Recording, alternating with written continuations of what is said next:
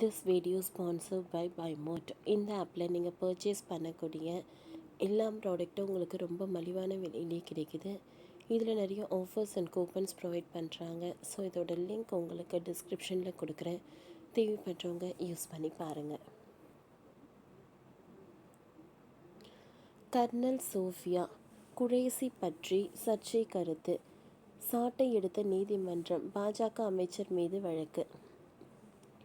Operation சிந்தூரில் முக்கிய பங்கு வகித்த கர்னல் சோஃபியா குரேசியை தீவிரவாதிகளின் சகோதரி என்ற மத்திய பிரதேச பாஜக அமைச்சர் குன்வார் விஜய் ஷா கருத்து சர்ச்சையானது.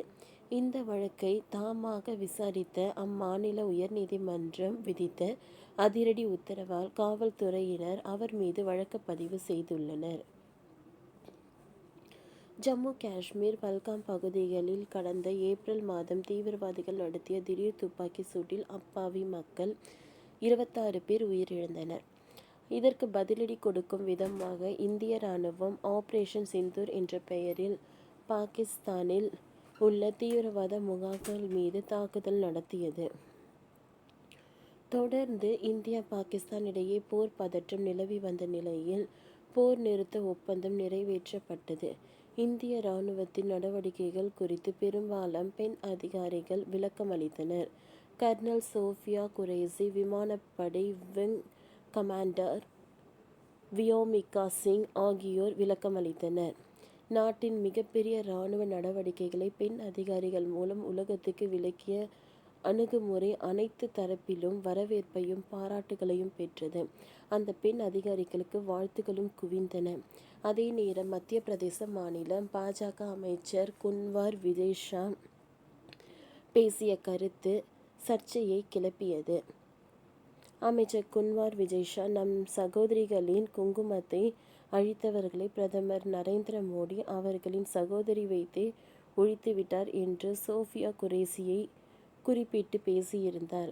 இதற்கு பல்வேறு தரப்பில் இருந்தும் கடும் கண்டனங்கள் எழுந்து வருகின்றன. நாட்டுக்காக உயிரை பணயம் வைத்த இராணுவ அதிகாரியை தீவிரவாதிகளுடன் ஒப்பிடுவதா என்று குன்வார் விஜய் ஷாவுக்கு எதிர்ப்புகள் எழுந்து வருகின்றன. பாஜக தரப்பிலும் எச்சரிக்கை விடப்பட்டது. எதிர்க்கட்சிகள் இந்த விஷயத்தில் அழுத்தம் கொடுக்கவே அமைச்சர் குன்வார் ஷா விஜய் தன் பேச்சுக்கு மன்னிப்பு கேட்டிருந்தார். தன்னுடைய பேச்சு தவறாக புரிந்து விட்டது.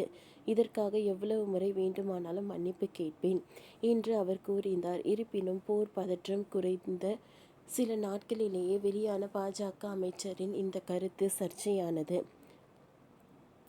இதை மத்திய பிரதேச உயர்நீதிமன்றம் தாமாக முன்வந்து விசாரணைக்கு எடுத்தது. இதையடுத்து நீதிபதிகள் அப்துல் ஸ்ரீதரன், அனுராதா சுக்லா ஆகிய அமர்வு முன்பு இன்று காலை விசாரணைக்கு வந்தது. அப்பொழுது அமைச்சர் குன்வார் விஜய் ஷா மீது உடனடியாக காவல்துறையினர் வழக்கு பதிவு செய்ய வேண்டும், இல்லை என்றால் டிஜிபி மீது நீதிமன்ற அவமதிப்பு நடவடிக்கை எடுக்கப்படும் என்று எச்சரித்தார்.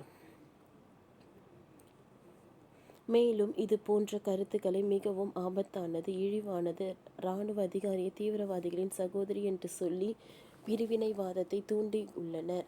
இதனால் இந்தியாவில் இன்றியமையாமை மற்றும் ஒருமைப்பாடு பாதிக்கப்படும். இராணுவத்தின் பணி நேர்மை, துணிச்சல், பாதுகாப்பு, தியாகம் ஆகியவற்றை பிரதிபலிக்கிறது. அவர் பேசியதற்கு அனைத்து ஆதாரங்களும் உள்ளன. அவர் நேரடியாக கர்னல் சோபியா குரேசியை மேற்கோள் காட்டுவதும் புலப்படுகிறது. அவர் மீது உடனடியாக வழக்கு பதிந்துவிட்டு நீதிமன்றத்துக்கு தகவல் தெரிவிக்க வேண்டும் என்று நீதிமன்றம் அதிரடி உத்தரவு பிறப்பித்தது. நீதிமன்ற உத்தரவின் அடிப்படையில் காவல்துறை அமைச்சர் குன்வார் விஜய் ஷா மீது வழக்கு பதிவு செய்துள்ளது. ஓகே ஃப்ரெண்ட்ஸ், இந்த வீடியோ உங்களுக்கு யூஸ்ஃபுல்லாக இருந்ததுன்னா லைக் பண்ணுங்கள், ஷேர் பண்ணுங்கள், சப்ஸ்கிரைப் பண்ணுங்கள். தேங்க்யூ.